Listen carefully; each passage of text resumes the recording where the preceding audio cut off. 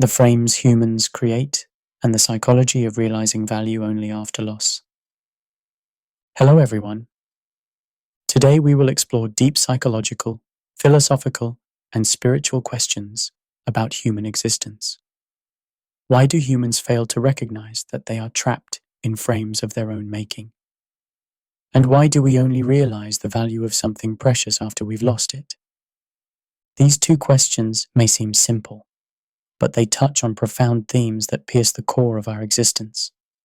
Through this audiobook, we will explore these contradictory human patterns together, discovering hidden truths and wisdom about life. Human life is so ironic. We long for freedom, yet settle into prisons of our own making. We pursue happiness, yet fail to notice the happiness we already possess. And often, only after completely losing something, do we finally realize how precious it was. This audiobook will explore these contradictory aspects of human psychology, providing insights into how we can recognize and overcome these patterns. Furthermore, we will explore ways to transcend these human limitations from a spiritual perspective. Chapter 1: The formation of frames and the structure of human psychology. Humans are placed within various frames from the moment they are born. Social norms, cultural expectations, family values, educational systems, media influences, countless frames shape us. These frames play an essential role in helping us understand the world and function in society. However, they simultaneously become prisons that limit our perception and possibilities. From childhood, we constantly receive messages like, "This is allowed," and "that is forbidden," as we grow. Social expectations, such as, "You must study hard to succeed," "You must marry and build a family," "You must have a stable job," shape our identity and values. Through this process, we gradually, naturally internalize these frames and finally come to think of them as our own thoughts. What's truly interesting is that we hardly recognize these formed frames. Just as a fish in water doesn't recognize the existence of water, we mostly take for granted the cultural and social frames that surround us. We live thinking, "This is how the world works." The human brain is actually designed to prefer repetition and familiarity over change. From a neuroscientific perspective, following familiar patterns is energy efficient for the brain. Learning and adapting to new things requires significant energy. This biological characteristic is one of the powerful factors that makes us settle into existing frames. According to behaviorist B.F. Skinner's theory, human behavior is shaped by rewards and punishment. When we conform to social frames, we typically receive rewards like recognition, safety, and belonging. When we deviate, we experience punishments like exclusion, criticism, and instability. As these experiences accumulate, we become increasingly trapped in frames. French philosopher Michel Foucault expressed this phenomenon as the power of discourse. Since the language and concepts we use are already formed within specific frames, it is very difficult to think outside these frames. Literally, in many cases, we don't even have the language to imagine outside the frame. These formed frames provide us with safety and efficiency. We can automatically react according to already internalized rules and values without having to judge and decide in every situation. But at the same time, these frames limit our growth and development. They become walls that block new possibilities, different perspectives, and innovative ideas. Here we encounter the first irony. Humans create frames for safety and comfort, but eventually, these frames restrict our freedom and growth. We create safe prisons and live trapped inside them. What's more ironic is that many people don't recognize the existence of these frames, or even if they do recognize them, they fear breaking free. Like in Plato's allegory of the cave, people who have lived their whole lives seeing only shadows may fear and reject seeing the real world. People believe the world they live in is the only world, but in fact, It is just one of many worlds. This quote from anthropologist Ruth Benedict well illustrates how people in different cultures live within completely different frames. Perhaps you might think now, well, others might be trapped in frames, but not me. I think and choose freely. Interestingly, this thought itself could be another frame. This is because we tend to overestimate how free and independent we are. Cynically speaking, we might all be uniform individuals who believe we have original ways of thinking. Ironic beings who watch the same Netflix series, follow the same social media trends, purchase the same brand products, yet think we are unique. But recognizing these frames is the first step. As philosopher Alain de Botton said, we are most limited by what we think we know. Only when we recognize our frames do we gain the possibility of transcending them. Chapter 2. The comfort within frames and the shock of loss. One of the biggest reasons we fail to break free from our frames is a psychological phenomenon called loss aversion bias. According to research by Nobel Prize-winning psychologists Daniel Kahneman and Amos Tversky, humans respond about 2.5 times more sensitively to losses than to gains of the same magnitude. Simply put, the pain of losing 100,000 won feels much greater than the joy of gaining 100,000 won. This psychological characteristic makes it difficult for us to leave our already familiar frames, our safety zones. Even if better possibilities await, it is psychologically difficult to risk losing what we currently have. I'm already comfortable here. Why should I risk change? This thought resides in many people's minds. Somewhat cynically expressed, we tend to prefer a miserable but familiar state over a happy but unfamiliar one. Let me introduce an interesting social experiment. Researchers presented two options to employees at a company. One was to receive a 5% increase on their current salary, and the other was to have a 50% chance of receiving a 15% increase or no increase at all. Despite the second option being mathematically more advantageous, with an average increase of 7.5%, most employees chose the first option. This is a powerful psychological reason why we remain within frames. We choose small but certain gains, rather than risking uncertainty and change. Now let's consider the other aspect. The psychology of realizing value only after loss. Why do we only properly recognize the value of something precious after we've lost it? Psychology explains this through negativity bias and hedonic adaptation. Negativity bias refers to the tendency for humans to respond more strongly and for longer to negative experiences than to positive ones. From an evolutionary perspective, it's explained that this characteristic developed because being more sensitive to risks and threats was advantageous for survival. Of course, this is just one theoretical perspective based on evolutionary theory, not an absolute truth that everyone must accept. Hedonic adaptation refers to the phenomenon where positive emotions decrease as we quickly adapt to good situations. When you buy a new car, you initially feel great joy, but that joy soon disappears, and you begin to want something new again. But what if you lose that car? That's when you acutely realize how precious it was. These psychological mechanisms prevent us from properly recognizing the value of what we have. When we're healthy, we don't know the preciousness of health. And when loved ones are beside us, we take their presence for granted. And often, only when we lose these things do we finally realize their true value. French writer Marcel Proust said, "The real voyage of discovery consists not in seeking new landscapes, but in having new eyes. Loss often gives us those new eyes. The empty space left by what is lost clearly reveals its value." This psychological characteristic of humans is somewhat ironic. We don't fully feel the value of precious things when we have them, but only realize their preciousness when we lose them. Just as light appears brighter against a dark background, the light of value appears more clearly against the darkness of loss.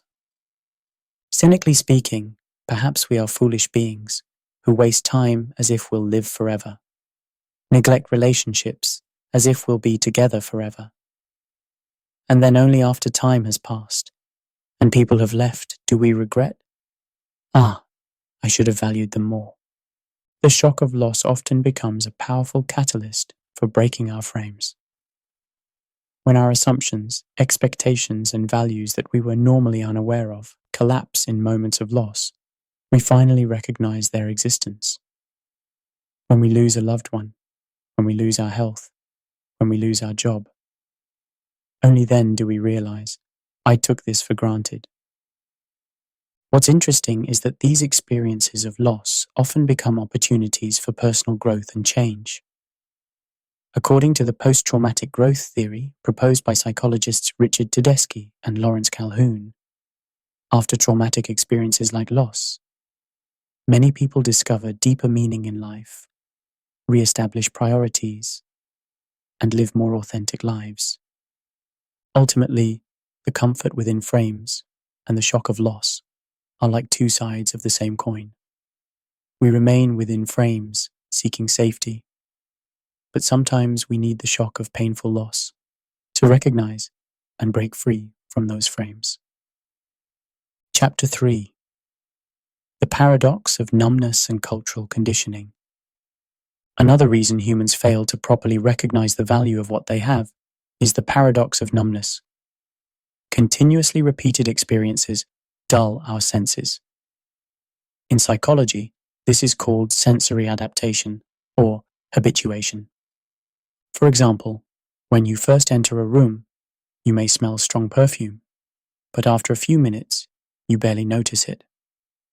Similarly, the good things in our lives, health, family, friends, basic comforts, gradually become givens over time, and we no longer feel grateful for them. Modern society intensifies this numbness. Smartphones and social media fragment our attention, make us constantly seek the next stimulus, and weaken our ability to fully focus on the present moment. Our behavior of responding like Pavlov's dogs to notification sounds sometimes seems ridiculous. Cynically speaking, we live in an ironic age where we're so busy looking at others' glamorous lives online that we fail to live our own lives.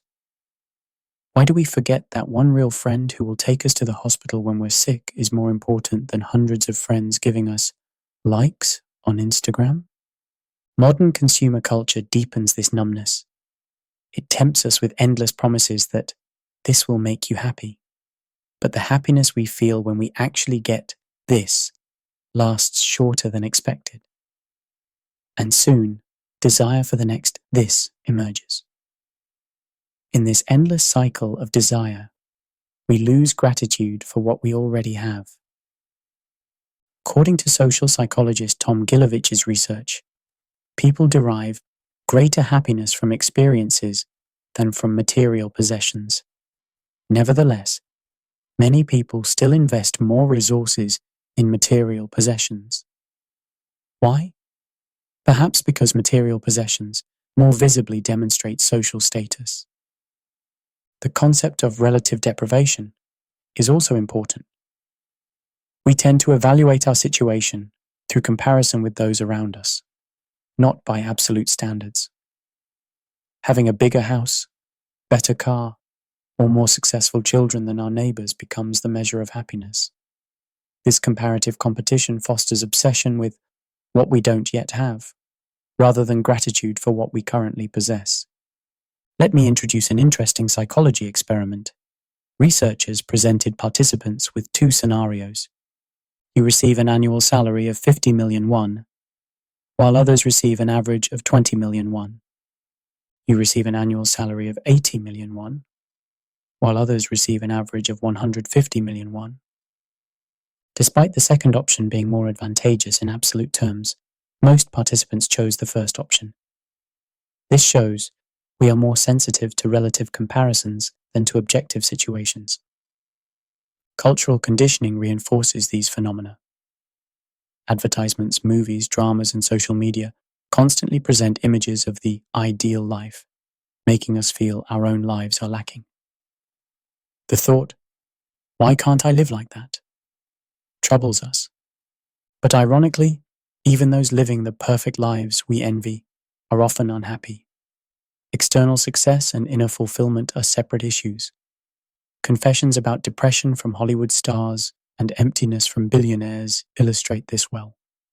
Renowned psychiatrist Viktor Frankl stated in his book, Man's Search for Meaning, "Happiness cannot be pursued, it must ensue, and it only does so as the unintended side effect of one's personal dedication to a cause greater than oneself." This contains deep insight that inner meaning and value bring true satisfaction rather than external achievements or possessions. Ultimately, the paradox of numbness and cultural conditioning are powerful factors that prevent us from recognizing the value of what we already have. But recognizing these patterns can be the starting point for change. Chapter 4: The Trap of Self-Definition versus the Lessons of Loss. Another powerful factor that traps us in frames of our own making is the trap of self-definition. Perceptions like, "This is who I am," "These are the things I like," "I can't do this," limit our possibilities and growth. According to psychologist Carol Dweck's mindset theory, people with a fixed mindset who believe human personality, abilities, and intelligence are fixed tend to fear challenges and changes.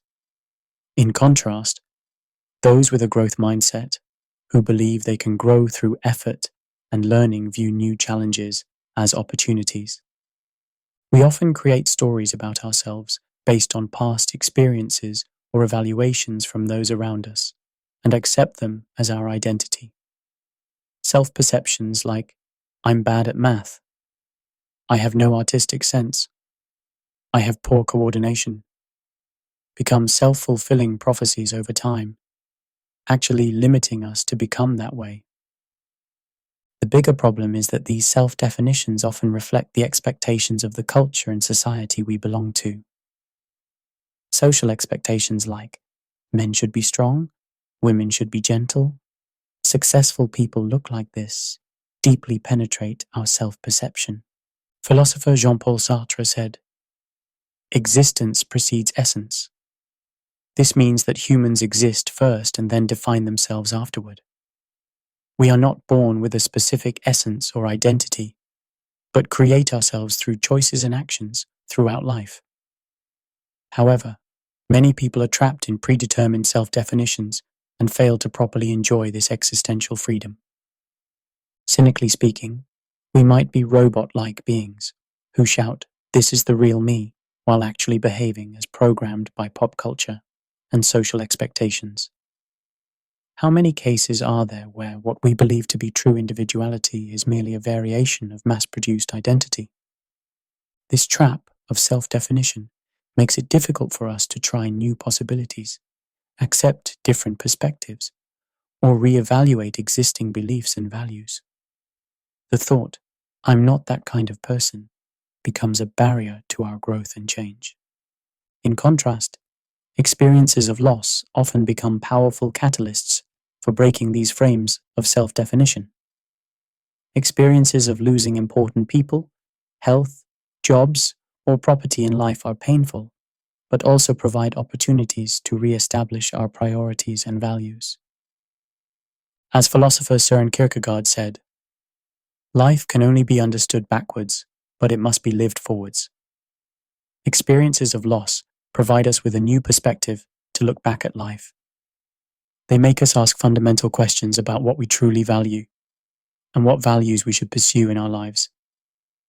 American poet Maya Angelou said, "What matters in life is not what happens to you, but what you remember and what you learn from it." Experiences of loss are painful, but depending on how we interpret and accept them, they can make our lives deeper and more meaningful. Loss also helps us rediscover the value of things we took for granted. We realize the preciousness of health after losing it, the value of a person after losing a loved one, and the importance of freedom after losing it. This is the unfortunate reality of human psychology. Experiences of loss also instill in us an awareness of finitude and uncertainty. We live as if everything will last forever, but in fact, everything changes and disappears. This awareness of finitude becomes an opportunity to cherish the present moment more and prioritize what truly matters. Psychologist Irvin Yalom argued in his book Existential Psychotherapy that awareness of finitude can lead to a more fulfilling life. When we recognize death and loss, we pursue a more authentic and meaningful life. Ultimately, the trap of self-definition and the lessons of loss exert contrasting forces. The former restricts and confines us, while the latter awakens and liberates us. Of course, it would be better if we could achieve self-awareness and growth without loss, but in many cases, only the powerful shock of loss makes us recognize our frames and break free from them. Chapter 5. Practices for breaking free from frames and wisdom for restoring gratitude. So far, we have examined how humans become trapped in frames of their own making and why we only realize the value of something precious after losing it. Now, let's explore practical methods to break these patterns and live a more free and grateful life. The first step to breaking free from frames is self-awareness. As Socrates said, "Know thyself is the beginning of all wisdom." We must first recognize what frames we are trapped in, what assumptions and beliefs limit our thinking and behavior. Journaling is an effective method to increase this self-awareness.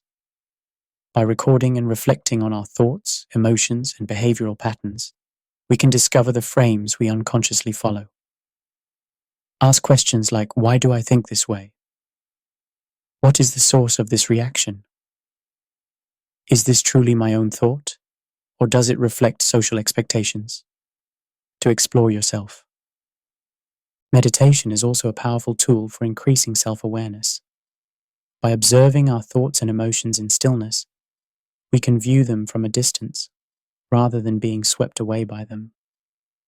This distancing allows us to see our thoughts and emotions not as myself, but as phenomena I experience. It's also important to actively accept others' perspectives. Conversations with people from different cultures, backgrounds, and beliefs broaden our vision and make us reconsider assumptions we took for granted. Philosopher Hans-Georg Gadamer called this the fusion of horizons, meaning the process where different perspectives meet to form a wider understanding.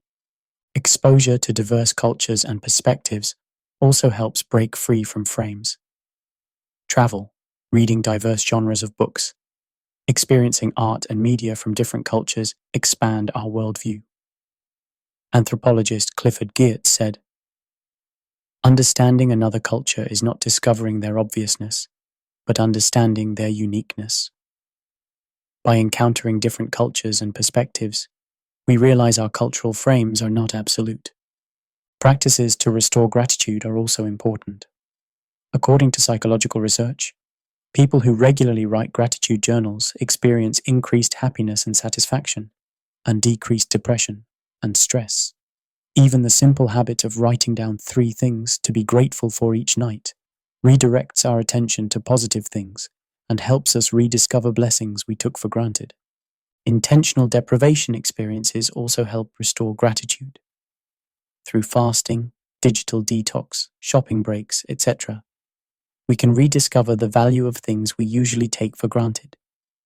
For example, if you try fasting for a day drinking only water, you will newly appreciate the taste and joy of food that you normally take for granted.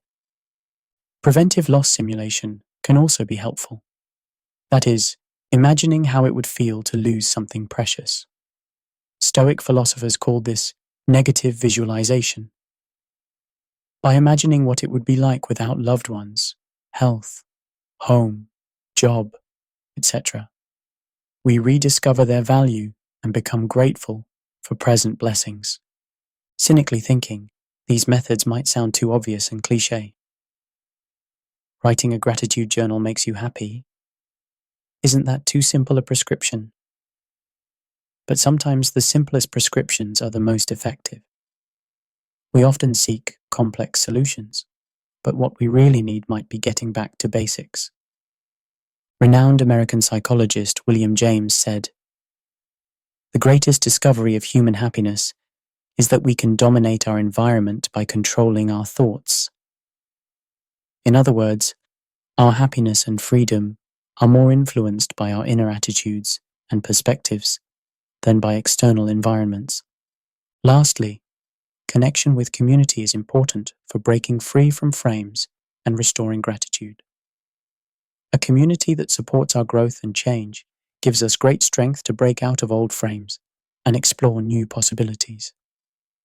Also, volunteer activities helping those in difficulty can be powerful experiences that help us rediscover our own blessings. Ultimately, practices for breaking free from frames and wisdom for restoring gratitude are interconnected. The more we recognize and expand our frames, the more we can be grateful. And the more grateful we become, the more we can live a free and abundant life. Chapter 6: Biblical Perspective. Spiritual Insights Beyond Frames and Loss. So far, we have examined the psychological and cultural mechanisms that trap humans in frames of their own making, and why we only realize the value of something precious after losing it. Now, let's look at how we can understand these phenomena from a biblical perspective, and the spiritual insights and messages of liberation that the Bible offers. The Bible repeatedly emphasizes the difference between humans' limited vision and God's vast perspective.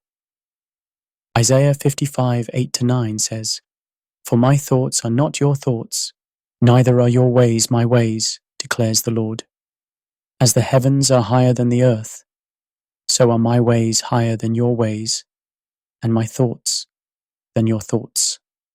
This can be seen as a verse pointing out that humans are trapped in their limited frames of thought. Humans try to understand the world from a narrow frame based on their experiences, knowledge, and cultural background, but God's perspective is much wider and deeper. The Bible repeatedly shows that even situations or sufferings we cannot understand may have meaning within God's greater plan. The book of Job deeply addresses this theme. It shows the process of righteous Job's worldview and faith framework being shaken as he experiences extreme suffering and loss for unknown reasons. Job's friends tried to explain his situation with the common theological frame of their time. The righteous receive blessings and the wicked receive punishment. But this simple causality did not apply to Job's case. When God finally appeared to Job, instead of giving direct answers to Job's questions, he emphasized God's sovereignty and wisdom beyond humans' limited understanding by showing the mysteries of creation and the wonders of nature. Through this experience, Job confesses in Job 42:5, "My ears had heard of you, but now my eyes have seen you." That is, through the experience of loss and suffering, Job gained deeper spiritual insight and relationship with God. Jesus' teachings also urge us to break free from self-made frames and adopt a broader perspective. In the Sermon on the Mount, Jesus gave radical teachings that completely shook the conventional religious and moral frames of Jewish society at that time. Teachings like, "Love your enemies, and if someone slaps you on your right cheek, turn to them the other cheek also," completely overturned people's frames of thought. 1 Thessalonians 5:18 says, "Give thanks in all circumstances, for this is God's will for you in Christ Jesus." This verse encourages us to have a spiritual attitude of gratitude in all situations. This attitude of gratitude stems from faith that trusts in God's goodness and sovereignty, not only when situations are good, but also when they are difficult and painful. Psalm 23 sings, "Even though I walk through the darkest valley, I will fear no evil, for you are with me." This expresses deep trust that God's presence and care are with us even in the darkest and most painful times of life. Ultimately, from a biblical perspective, the ultimate way to break free from self-made frames and restore true gratitude is found in relationship with God. Through Jesus Christ, we can break free from the limited values and standards of the world and view life from God's perspective. 1 John 2:15-17 warns, "Do not love the world or anything in the world. The world and its desires pass away, but whoever does the will of God lives forever." This contrasts the temporary values of the world with the eternal values of God, requiring us to choose where to place our hearts and priorities. The Bible also emphasizes the importance of being grateful for and satisfied with what we already have. Hebrews 13:5 says, "Keep your lives free from the love of money and be content with what you have, because God has said, 'Never will I leave you, never will I forsake you.'" In conclusion, from a biblical perspective, the issues of frames and loss are deeply connected to spiritual dimensions beyond simply psychological or social dimensions. When we recognize our limited frames, expand to God's greater perspective, and learn to be grateful in all situations, we can experience true freedom and fulfillment. The Bible presents us with this path of spiritual freedom and wisdom, and is a treasure of wisdom, where we can find ultimate answers to all human questions and concerns. Conclusion: Journey toward true freedom and wisdom. We have deeply explored why humans become trapped in frames of their own making, and the pattern of human psychology that only realizes the value of something precious after losing it. We have learned that these phenomena should be understood not simply as individual characteristics, but in complex psychological, social, cultural, and spiritual dimensions. Humans create frames for safety and efficiency, but paradoxically find themselves in situations where these frames often limit our freedom and growth. We become trapped in self-made frames due to psychological tendencies seeking familiarity and comfort, and due to relative comparison and cultural conditioning. Also, we fail to properly recognize the value of what we have, often realizing its preciousness only after losing it. This is related to psychological mechanisms such as negativity bias, hedonic adaptation, and sensory dulling, and modern society's consumerism and comparison culture further strengthen these tendencies. But hopeful is that we have the ability to recognize and change these patterns. Through self-awareness, meditation, journaling, accepting diverse perspectives, gratitude practices, intentional deprivation experiences, etc., we can expand our frames and live a more free and grateful life. Most importantly, the spiritual insights presented in the Bible provide deep answers to these fundamental human questions and concerns. God's Word presents us with a broader perspective beyond the narrow frames of the world, and teaches an attitude of life to be grateful in all situations and trust in God's goodness. Proverbs 3:5-6 advises us, "Trust in the Lord with all your heart, and lean not on your own understanding. In all your ways submit to him, and he will make your paths straight." This urges us to trust in God's greater wisdom and guidance beyond our limited understanding and wisdom. The Bible ultimately teaches that our ultimate identity and value come from our relationship with God, not from worldly standards or our own limited understanding. 1 Peter 2:9 declares that we are a chosen people, a royal priesthood, a holy nation, God's special possession. This shows that our true value and purpose are found in God. Our journey continues. We still tend to get trapped in frames, still tend to forget the value of what we have. But when we recognize these patterns, follow the wisdom of the Bible, and discover our true selves and purpose in relationship with God, we can gradually live a more free, more grateful, and more fulfilling life. Today, at this moment, look around at what you have and be grateful. That is the beginning of true freedom. Recognize the frames you have created and have the courage to transcend them. and above all, seek the broader perspective and deep wisdom presented through God's Word. You are not alone on this journey. We all face the same challenges and possibilities. Let's learn together, grow together, and move forward together toward a more free and grateful life. Thank you sincerely for listening to this audiobook to the end. If you want more content about human psychology and biblical wisdom, please subscribe to our YouTube channel. We will continue to bring you content that can provide insight and inspiration to your life. Thank you once again for your interest and love. We will meet again in the next audiobook.